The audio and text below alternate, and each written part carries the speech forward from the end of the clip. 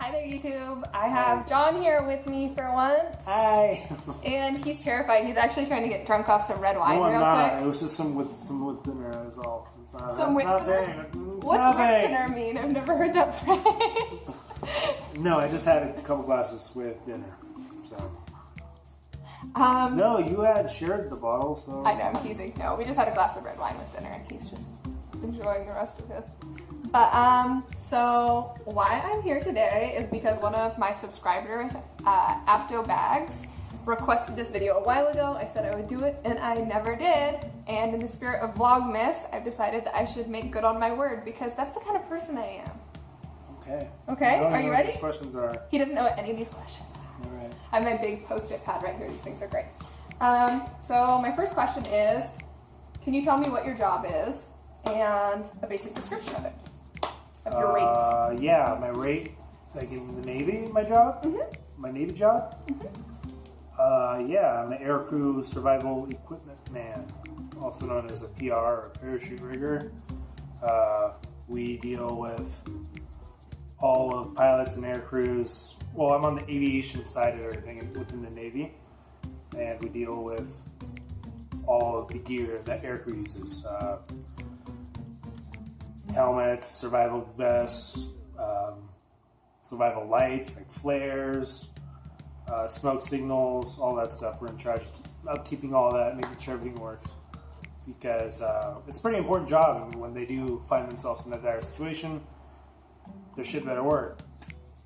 You know, like, say, the batteries in their little light blinker when they're stranded at sea works. Like, shit like that. The things that will save you if the worst happens. Exactly. Like, half, more, probably 80% of the time, our stuff we don't see our stuff to use because we're so efficient, and we're just so efficient about not having mishaps like that happen. But when it does happen, we make sure it's good. So, it's kind of an understated job in the Navy. I get a lot of shit about it. If you need glory, it's probably not the job for you. Exactly. But you could be a spec ops rigger and work with crazy dudes. And that's pretty glorious. Awesome. So next I have question number 2. And that is, what was your training process like for that? Did you do like the DEP program? Did you have to go to A school or C school? What's the DEP program? I don't even know what that is. Delayed entry program? Before you joined?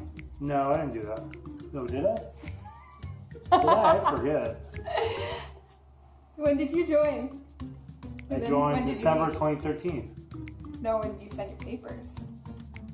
Oh, I did do the DEP. Yeah. Okay. Yeah, I did it a couple months before. That was mostly just because their manning quotas and everything.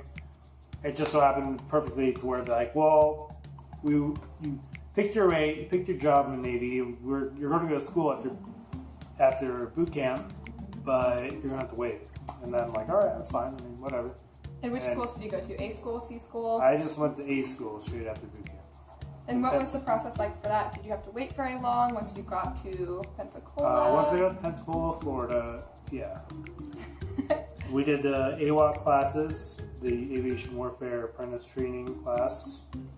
And after that was like a week-long initial class. I waited probably about 6 months. Like 6 months? It felt like 6 years, I'm not gonna lie. Yeah, it was a while before. I mean, it's just because I think right before that, it was winter. Apparently, Pensacola froze over, which was like a couple inches of snow happened. And so they closed everything down. So that just caused a lot of stalemate in the classes moving forward. So.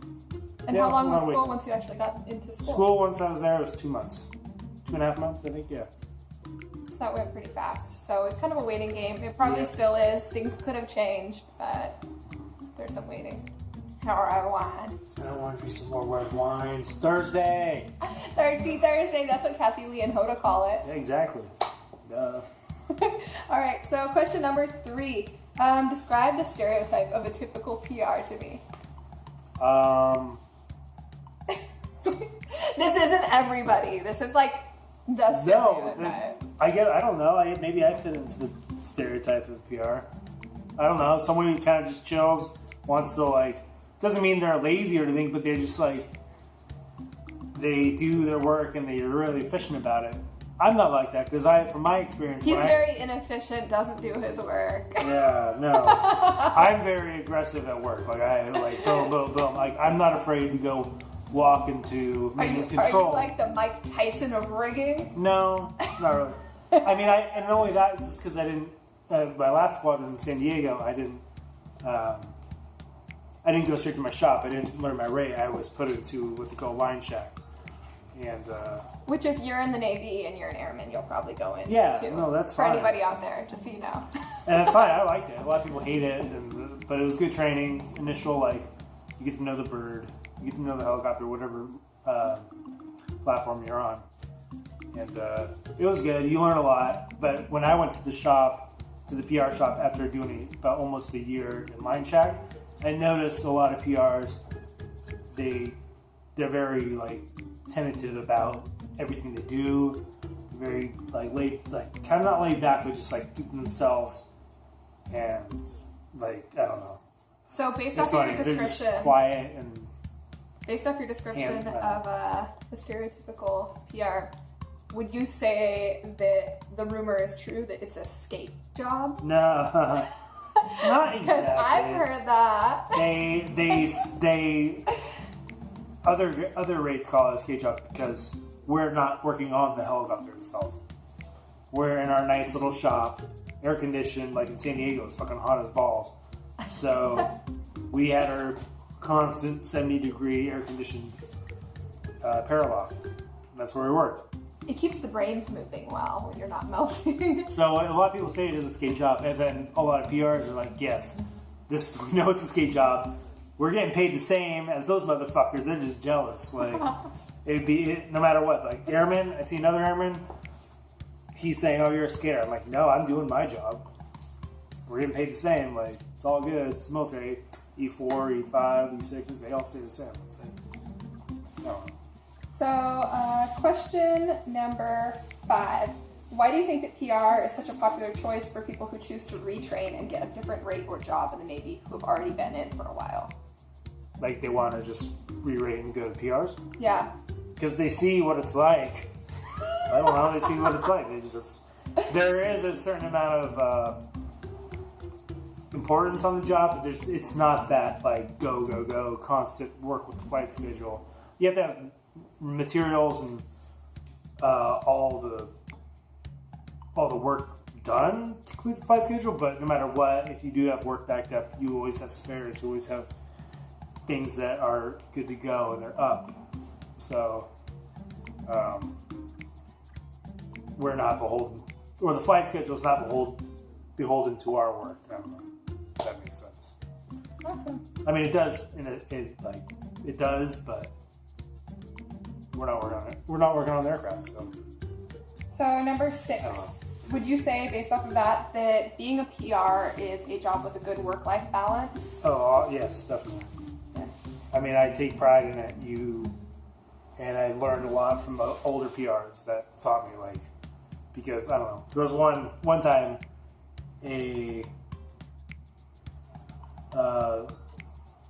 I knew a first-class PR. He made chief, so he was during the chief selection phase. He was a chief select.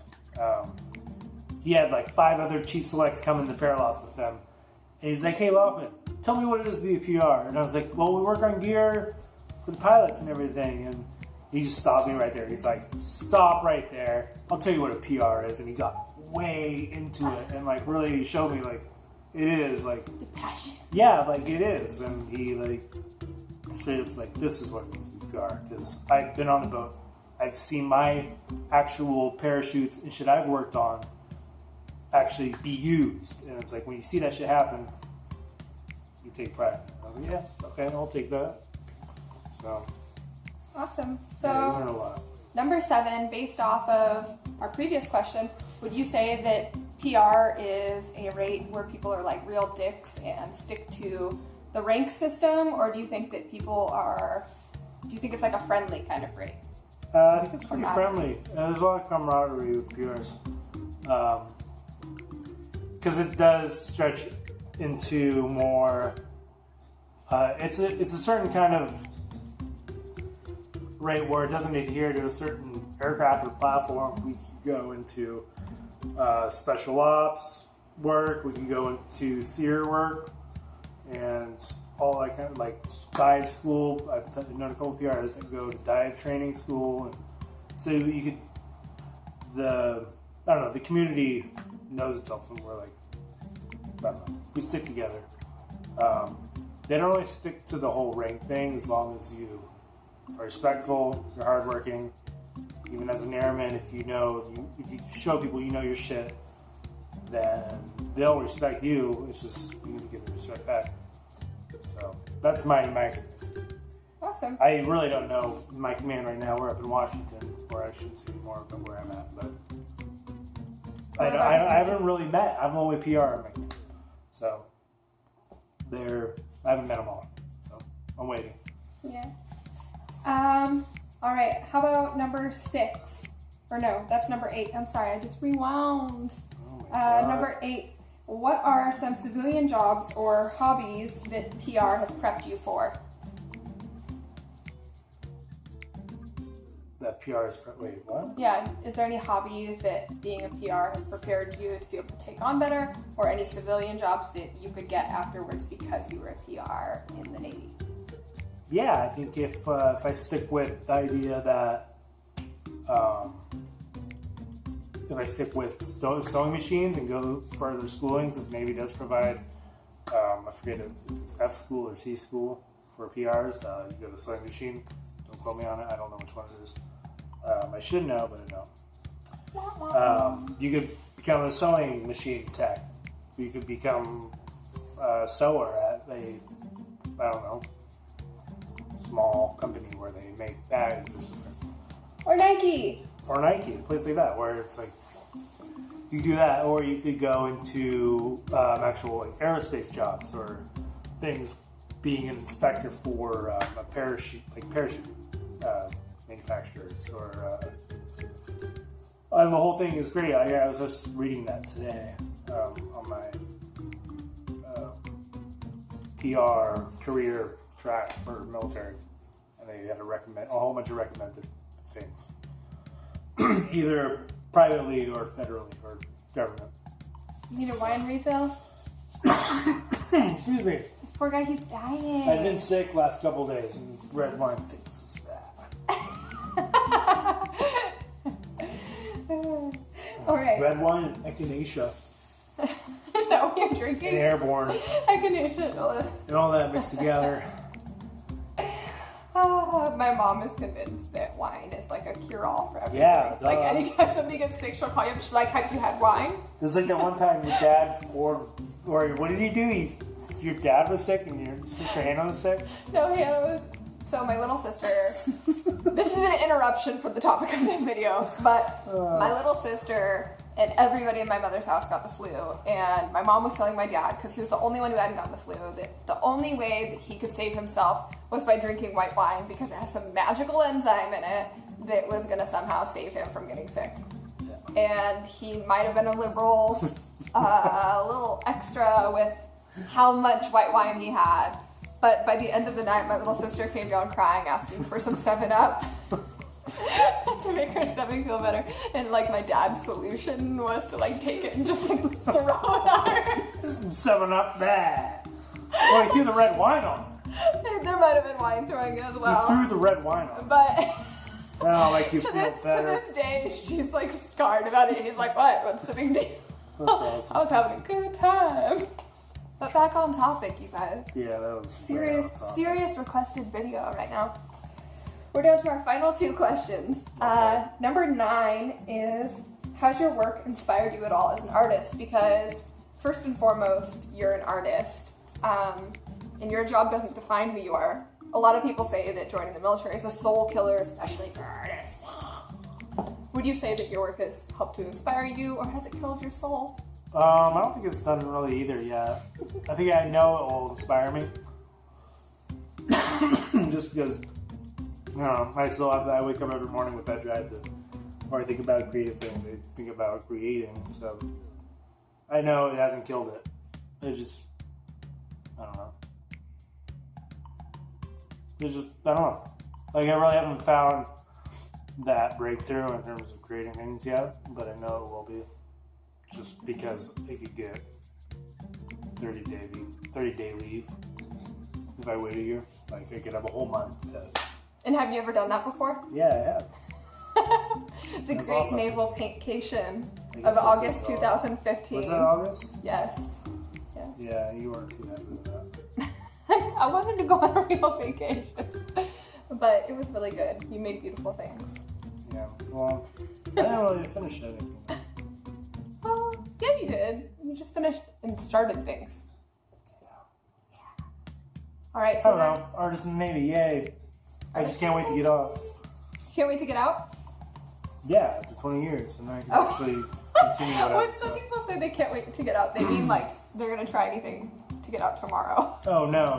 Most people no, don't say I can't wait to get out in 20. No, I am totally fine with, even if I don't paint for, like, serious, like, I'm going to make 20 works this amount of time and have a show. Like, that's normally how I don't work. Like, I'll just make stuff, and I'm really bad about being an actual real professional artist, because I don't really go out to places and show my work.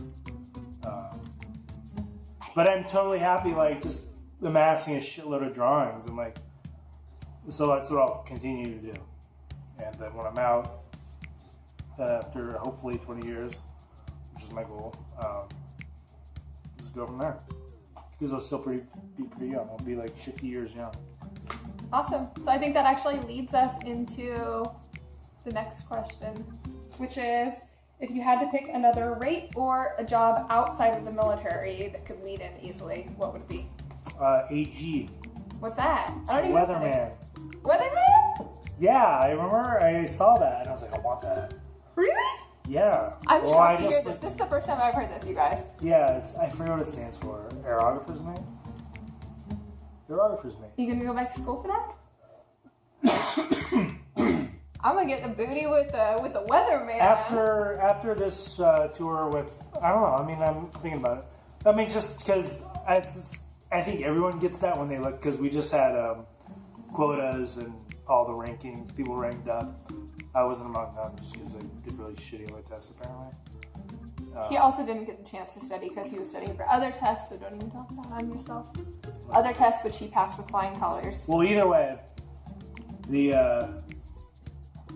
when people start seeing quotas out and they're like, oh, so-and-so, like, oh, AG's got like 100% through, all the way through first class, whatever it was, I don't know, like, people just get super like, oh, grass is greener on the other side, kind of shit. So that's a lot of people do that. And PRs in the last couple of years was like that. I think PRs kind of went downhill after this year, I've noticed. Not as good as it has been, but it's still better than others. So I think people still like PRs. I definitely want to stay a PR. I think hopefully my whole career Until he becomes a weatherman. or I become an officer or whatever. So Cool. yeah, AGs. Well, You go to school for that. Because I think that would lend a lot to outside work. I don't know what to do with what. cool shit. Yeah. I could see you painting the weather. Yeah. And they have cool boats. They have cool boots. Boats. Oh. Ships. Whatever. Boats, you wanna call them. ships. I'm new to the Blue Navy. What do you call it? Well, thank you for agreeing to do this, John. Yeah, it's tough. John's actually like super shy. Like I have friends who to this day have maybe only heard him say like 3-4 words. People who are like, That's not I true. consider among my very best. That's not true. Stop picking your scab. It's not my scab, it's a blister. Don't pick. Ew. Some kind of wood. He's so good to me, you guys. He keeps me warm, Yeah. even when he's not here. You chop my wood. Definitely. All right. Well, thank you guys. If you have any more questions for me or for John, comment below. Let us know. Let me And- know. Would you do another video for me? Sure, if you got questions. You heard it here first.